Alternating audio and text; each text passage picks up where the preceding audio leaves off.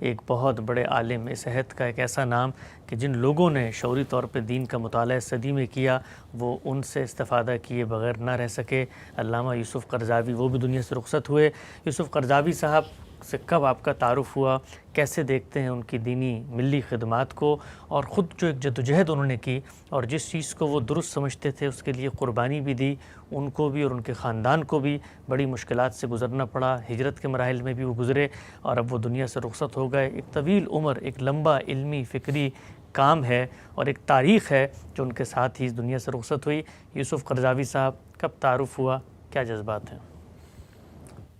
بڑی غیر معمولی شخصیت تھے۔ میرا نہیں خیال کہ علم سے محبت رکھنے والا کوئی شخص بھی دنیا میں کہیں ان کی شخصیت سے غیر متعارف رہ گیا ہو۔ جیسے ہی آپ دین کے علم کی طرف رجوع کرتے ہیں، آپ اس دنیا میں داخل ہوتے ہیں، اپنے زمانے کے علماء کو سمجھنا جاننا چاہتے ہیں، تو جن شخصیات کی طرف آپ کی نگاہ پڑتی ہے یا پڑھنی چاہیے، ان میں شاید وہ ممتاز ترین لوگوں میں سے تھے۔ مجھے اس کا تعارف لاہور آنے کے بعد ہوا۔ میں اپنے مدرسے کے زمانے میں ان سے متعارف نہیں ہو سکا، لیکن جب میں یہاں آیا تو خاص طور پر مولانا سید ابوالعلا صاحب مودودی کے حلقے میں ان کی بعض تصنیفات پڑھائی جاتی تھی۔ یہیں مجھے بھی ان سے تعارف ہوا اور پھر میں نے ان کی بعض تصنیفات کی ورق گردانی کی، دیکھا انہیں، ان کے فکر کو سمجھنے کی صحیح کی۔ اس کے ساتھ پھر اس پوری روایت سے بھی متعارف ہونے کی سعادت حاصل ہوئی جو میرے نزدیک اس پچھلی 2 صدیوں میں ہمارے ہاں پیدا ہوئی۔ اور میں نے ایک موقع پر مولانا وحید الدین خان صاحب کا ذکر کرتے ہوئے یہ کہا تھا کہ وہ روایتی فکر اور مدرسہ فراہی کے درمیان برزخ کے مقام پر کھڑے ہیں۔ میں ان کے بارے میں بھی یہی کہتا ہوں۔ یعنی ایک تو ہمارا روایتی فکر ہے، آپ یہ جانتے ہیں کہ اس میں تینوں چیزیں ایک خاص اختلاط کے ساتھ سامنے آتی ہیں، یعنی دین کی فقہی روایت، دین کی صوفی روایت اور دین کی سلفی روایت۔ بہت سے علماء آپ کو سلفی روایت کے نقیب ملتے ہیں، اور ایسا بھی ہے کہ سلفی روایت کے ساتھ کبھی صوفی روایت کا اختلاط بھی ہو جاتا ہے، فقہی روایت اور صوفی روایت بھی، یا تینوں چیزیں بھی جمع ہو جاتی ہیں، جیسے کہ شاہ ولی اللہ کی شخصیت میں جمع ہو گئی تھیں۔ یعنی وہاں آپ کو ایسے لگتا ہے کہ جیسے وہ ان تینوں سمندروں کو اپنے اندر اکٹھا کیے ہوئے ہیں، اور یہی وجہ ہے کہ آپ یہ دیکھتے ہیں کہ سلفی بھی ان کو اپنا امام مانتے ہیں، فقہی روایت کے لوگ بھی، اور اسی طرح صوفی روایت کے لوگ بھی۔ تو ہماری روایت یا ہمارا روایتی علم وہ اپنا ظہور انہی چیزوں میں کرتا ہے۔ اس میں بالخصوص فقہی روایت اس بات کو بطور اصول اختیار کر چکی ہے کہ آپ کو کسی ایک امام کا مقلد ہو کر رہنا چاہیے۔ آپ حنفی ہوں گے، شافعی ہوں گے، مالکی ہوں گے، یا کسی بھی علمی روایت کو آپ اختیار کر لیں اور پھر اس کے ساتھ وابستہ رہیں۔ اس کے حق میں ایک بڑا اچھا استدلال بھی ہے، اور وہ یہ کہ جب آپ دین میں کوئی رائے قائم کرتے ہیں تو وہ بربنائے اصول ہونی چاہیے، اور یہ نہیں ہو سکتا کہ آپ ایک رائے یہاں سے لیں، ایک وہاں سے لیں، اور اس طرح آپ اپنے اصولوں کو ہم آہنگ رکھ سکیں۔ اس میں لازمی طور پر یہ ہوگا کہ کہیں آپ ایک اصول کو اپنا لیں گے، کہیں دوسرے کو، اور اس طرح یہ کوئی اصولی موقف ہی نہیں ہوگا جو آپ دین کے بارے میں اختیار کریں گے۔ بعض لوگ اس سے آگے بڑھ کر یہ کہتے ہیں کہ اصول کو اس طرح سے تقید کے ساتھ نہیں لینا چاہیے، بلکہ ایک اطلاق کی شان کے ساتھ قبول کر کے تو آپ ائمہ اربعہ تک اپنے آپ کو محدود رکھیں۔ اور بعض لوگ اس سے آگے بڑھ کے یہ بھی کہتے ہیں کہ جو نئے مسائل پیش آتے ہیں جن میں اس سے پہلے کوئی چیز ہمارے سامنے نہیں ہے، تو ان میں اس میں کوئی حرج کی بات نہیں کہ براہ راست نصوص سے استدلال کیا جائے۔ تو یہ مختلف نقطہ نظر ہے جو ہمارے ہاں آپ کو مل جائیں گے اہل علم میں۔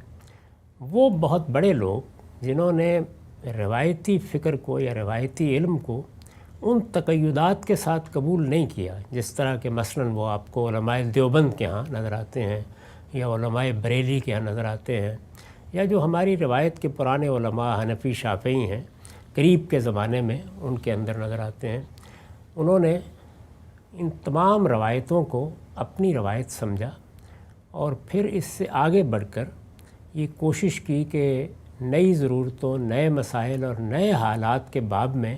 براہ راست اللہ کی کتاب اور پیغمبر کی سنت کی طرف رجوع کیا جائے، تاہم اسی شرط کے ساتھ، یعنی ایسا بہت کم ہوتا ہے کہ وہ پہلے سے موجود روایت سے کوئی بغاوت اختیار کر لے۔ اس میں بعض بڑے لوگ پیدا ہوئے ہیں ہمارے ہاں، مثلاً مفتی محمد عبدہ ہیں، سید رشید رضا ہیں، شیخ غزالی ہیں، ہمارے ہاں مولانا سید ابوالعلا صاحب مودودی ہیں، آپ ایک درجے میں کہہ سکتے ہیں کہ سید سلیمان ندوی بھی ہیں، بعض اور اکابر کا نام بھی لیا جا سکتا ہے۔ میں مولانا وحید الدین خان صاحب کو بھی اسی دائرے کے اہل علم میں ایک بڑی شخصیت سمجھتا ہوں۔ تو یہ مصر و شام میں بھی اور خود ہمارے ہاں بھی اس درجے کے اہل علم پیدا ہوئے ہیں۔ یوسف قرضاوی صاحب بھی اسی زمرے کے بڑے علماء میں سے تھے، یعنی وہ کہا جا سکتا ہے کہ ایک سلفی فقہی روایت تھی جس میں کھڑے ہو کر دین کے سب معاملات کو دیکھتے تھے اور اس میں یہ کوشش کرتے تھے کہ روایت سے کسی طرح کا انحراف نہ ہو۔ روایت سے مراد یہاں علم کی روایت ہے، اس کے بنیادی مقدمات سے کوئی انحراف نہ ہو۔ ہر معاملے کو آپ دوبارہ قرآن و سنت سے اخذ کرنے کی بجائے جو کچھ قابل اطمینان ہے وہاں کھڑے ہو کر یہ دیکھیں کہ نئے معاملات کیا پیش آ رہے ہیں یا نئی ضرورتیں کیا ہیں یا نئے احوال کیا ہیں، تو اس میں وہ اپنی رائے دیتے تھے۔ اس طرح کی آراء آپ کو ان سب بزرگوں کے ہاں ملیں گی، یعنی مولانا سید ابوالعلا صاحب مودودی بھی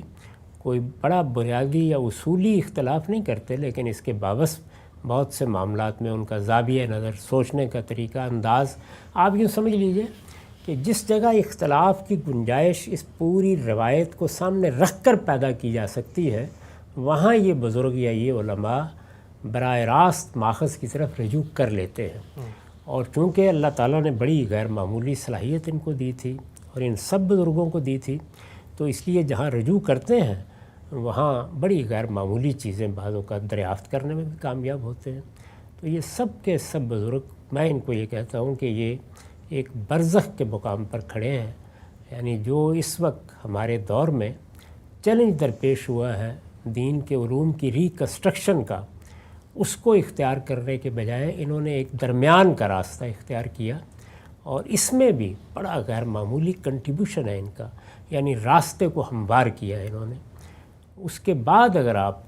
مدرسہ فراہی کے اکابر کے کام کو سامنے رکھیں اور امام فراہی کو دیکھیں کہ وہ کس طرح سے پھر ایک نئی دنیا بنانے میں کامیاب ہوئے ہیں، تو میری یہ تعبیر آپ کی سمجھ میں آ جائے گی کہ یہ برزخ کے علماء ہیں، اور اس لحاظ سے ہماری تاریخ کی بڑی غیر معمولی شخصیات ہیں۔ ہم سب کو ان کا آخری درجے میں احترام کرنا چاہیے۔ جس طرح روایتی علماء ہمارے علماء ہیں، یہ سب بھی ہمارے علماء ہیں، اور یوسف قرضاوی ان میں بہت بڑے لوگوں میں سے تھے۔